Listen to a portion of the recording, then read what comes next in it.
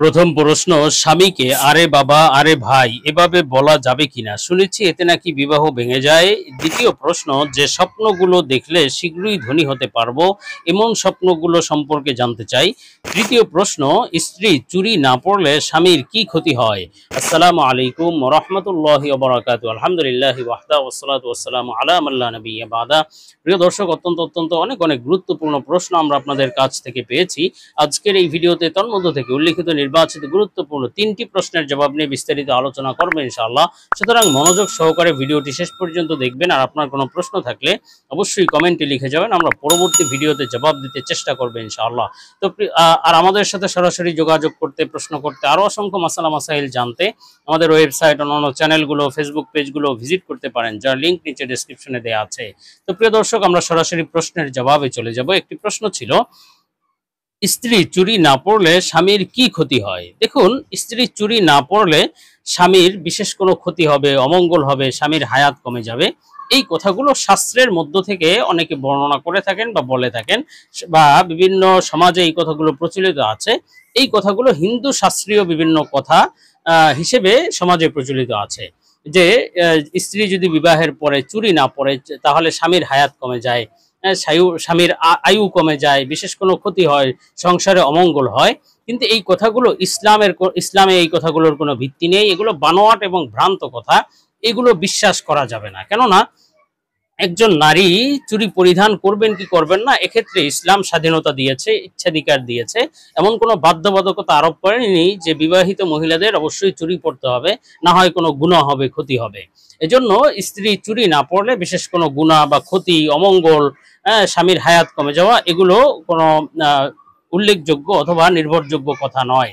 তবে স্ত্রীর জন্য উচিত হলো স্বামীর সামনে থাকলে অবশ্যই সেজেগুজে থাকা অথবা অলংকার পরিধান করে থাকা, যাতে স্বামী খুশি হয়। তো যাই হোক, আমরা এর পরবর্তী প্রশ্নে চলে যাব। প্রশ্ন ছিল, যে স্বপ্নগুলো দেখলে শীঘ্রই ধনী হতে পারবো এমন স্বপ্নগুলো সম্পর্কে জানতে চাই।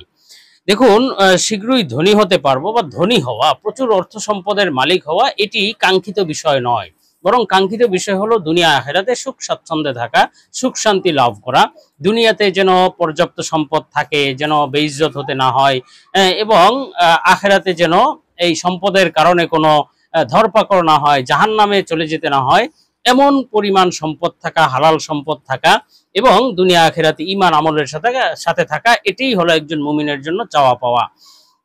তো যাই হোক, আমরা তাও আল্লাহ তাআলা এমন কিছু স্বপ্ন সম্পর্কে আল্লাহ তাআলা কখনো কখনো স্বপ্নের মাধ্যমে এমন কিছু স্বপ্ন দেখান, যেগুলো দেখলে বুঝতে হবে প্রচুর অর্থ সম্পদ লাভের আলামত, ধনী হওয়ার আলামত। আর এমন কিছু স্বপ্ন সম্পর্কে আমরা আলোচনা করব আল্লামা ইমাম মুহাম্মদ ইবনে সিরিন রাহমাতুল্লাহ আলাইহির সুবিখ্যাত নির্ভরযোগ্য কিতাব তাবিরুল রুইয়া থেকে। তো হযরত মুহাম্মদ ইবনে সিরিন রাহমাতুল্লাহ আলাইহি বলেছেন, স্বপ্নে যদি কেউ দেখে যে তার হাতে একটি পানির পাত্র রয়েছে, পানির বালতি, পানির কলসি অথবা যে কোনো ভাবে পানির পাত্র রয়েছে, এবং সেই পানির পাত্রে পানি পরিপূর্ণ, এবং সেই পরিপূর্ণ পানি থেকে মানুষকে পানি দিচ্ছে, এমন স্বপ্ন দেখলে বুঝতে হবে সে প্রচুর অর্থ সম্পদের লাভ করতে পারবে, ধনী হতে পারবে, এবং সেই সম্পদে সে নিজেও উপকৃত হতে পারবে এবং মানুষকেও দান সদকা করবে ইনশাআল্লাহ। কিন্তু যদি দেখে যে পানির পাত্রে তার পরিপূর্ণ পানি রয়েছে কিন্তু সে মানুষকে সেখান থেকে দিচ্ছে না, তাহলে বুঝতে হবে প্রচুর অর্থ সম্পদের মালিক সে হতে পারবে, ধনী হতে পারবে, কিন্তু সেই অর্থ সম্পদ দিয়ে সে শান্তি লাভ করতে পারবে না, জীবনে অশান্তি থাকবে এবং মানুষকেও সে দান সদকা করবে না।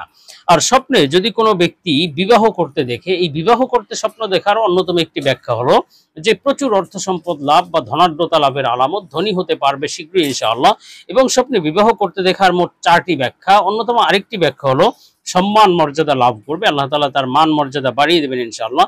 এবং আরেকটি ব্যাখ্যা হলো আরাম আয়েশ, জীবনে সুখ শান্তি আসতে চলেছে।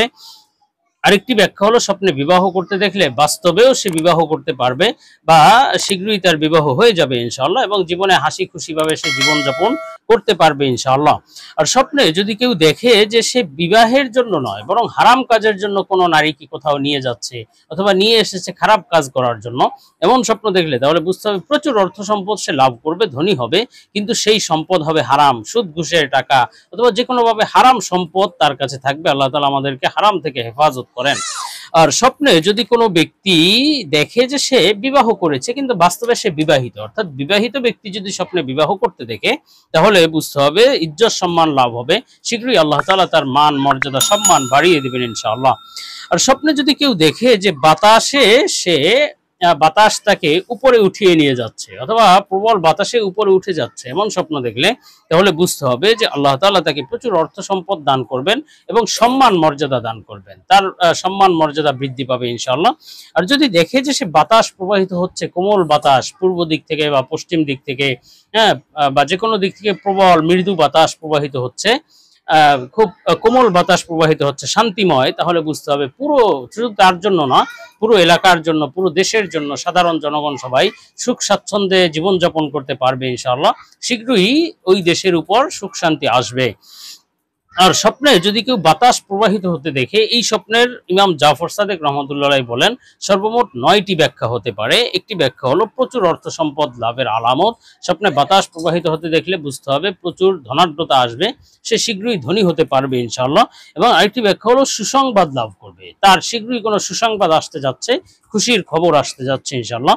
এবং আরেকটি ব্যাখ্যা হলো সে ক্ষমতা লাভ করবে, নেতৃত্ব লাভ করবে, জনগণ তার হাতে তাদের নেতৃত্ব দিবে ইনশাআল্লাহ। এবং আরেকটি ব্যাখ্যা হলো সে সুস্থতা লাভ করবে, যদি অসুস্থ অবস্থায় স্বপ্নে বাতাস প্রবাহিত হতে দেখে বুঝতে হবে সে সুস্থতা লাভ করবে। এবং আরেকটি ব্যাখ্যা হলো সুখ শান্তি লাভ করবে, জীবনে শান্তি আসবে ইনশাআল্লাহ। তো যাই হোক, আমরা এর পরবর্তী প্রশ্নে চলে যাব। প্রশ্ন ছিল স্বামীকে আরে বাবা আরে ভাই এভাবে বলা যাবে কিনা, শুনেছি এতে নাকি বিবাহ ভেঙে যায়। দেখুন, স্বামীকে আরে বাবা আরে ভাই অথবা ভাই বলা, ভাইয়া বলা, বাবা বলা অথবা স্ত্রীকে বোন বলা, আপু বলা, মা বলা, এগুলো গর্হিত কাজ, এগুলো থেকে পরিপূর্ণভাবে বিরত থাকতে হবে, এগুলো থেকে বেঁচে থাকা চাই। কেননা এই ভাই বলা অথবা ভাইয়া, বাবা, স্ত্রীকে বোন বলা, আপু বলা, এগুলো মাকরুহ এবং হারাম থেকে খালি না। এটা কখনো মাকরুহ হতে পারে, আবার কখনো হারামও হতে পারে। মাকরুহ হবে কেউ যদি শুধুমাত্র বলে আরে ভাই আরে বাবা এইটা দাও ওইটা দাও, বিভিন্ন সময় এটা মানুষ বলে, এটা অবশ্যই মাকরুহ। সাধারণ অবস্থায় ভাই বাবা বললে অথবা স্ত্রীকে বোন বললে, আপু বললে, এটা কারাহাত থেকে খালি না, এতে গুনাহ রয়েছে, এগুলো থেকে বিরত থাকতে হবে। আরেকটি হলো হারাম দিক, সেটা হলো কোন স্বামী যদি স্ত্রীকে মা বলে, আপু বলে, বোন বলে, এইভাবে যদি ডাকে এবং এর দ্বারা যদি সে এই উদ্দেশ্য নেয় যে আমার মা যেমন আমার উপরে হারাম তেমনি তুমিও হারাম, অথবা আমার বোন আমার আপু যেমন হারাম তেমনি তুমিও হারাম, এইভাবে যদি বলে তাহলে এর মাধ্যমে জিহার হয়ে যায়। আর জিহার বলা হয় যে কোনো মাহরামের সাথে, যার সাথে বিবাহ বন্ধনে আবদ্ধ হওয়া বৈধ নয় এমন কোনো নারীর সাথে স্ত্রীকে তুলনা করা। আর এই কাজ করলে জিহার হয়ে গেলে এই স্বামীর জন্য ওই স্ত্রীর সাথে সহবাস করা বা স্ত্রী সুলভ আচরণ করা বৈধ থাকে না, যতক্ষণ পর্যন্ত না কাফফারা দেয়। আর জিহারের কাফফারা হলো 60 জন মিসকিনকে খাবার খাওয়ানো অথবা 60টা লাগাতার রোজা রাখা। তো যেহেতু বিষয়টি অত্যন্ত গুরুত্বপূর্ণ এবং বিষয়টি অত্যন্ত জটিল, এজন্য উচিত হলো সব সময় এই ধরনের ডাক থেকে বিরত থাকতে হবে। হ্যাঁ, এর মাধ্যমে স্বামী স্ত্রী তালাক হয়ে যায়, বিবাহ ভঙ্গ হয়ে যায়। স্বামীকে ভাইয়া বললে, বাবা বললে, আরে ভাই আরে বাবা বললে যে বিবাহ ভেঙে যাবে, তালাক হয়ে যাবে, বিষয়টি এমন নয়। স্ত্রীকে বোন বললে, আপু বললে যে বিবাহ ভেঙে যাবে, তালাক হয়ে যাবে, বিষয়টি এমন নয়। তবে এটা খারাপি থেকে বা মাকরুহ থেকে খালি নয়, এজন্য এই বিষয় থেকে বিরত থাকতে হবে। আল্লাহ তাআলা আমাদেরকে বিষয়গুলো বুঝার ও আমলের তৌফিক দিন।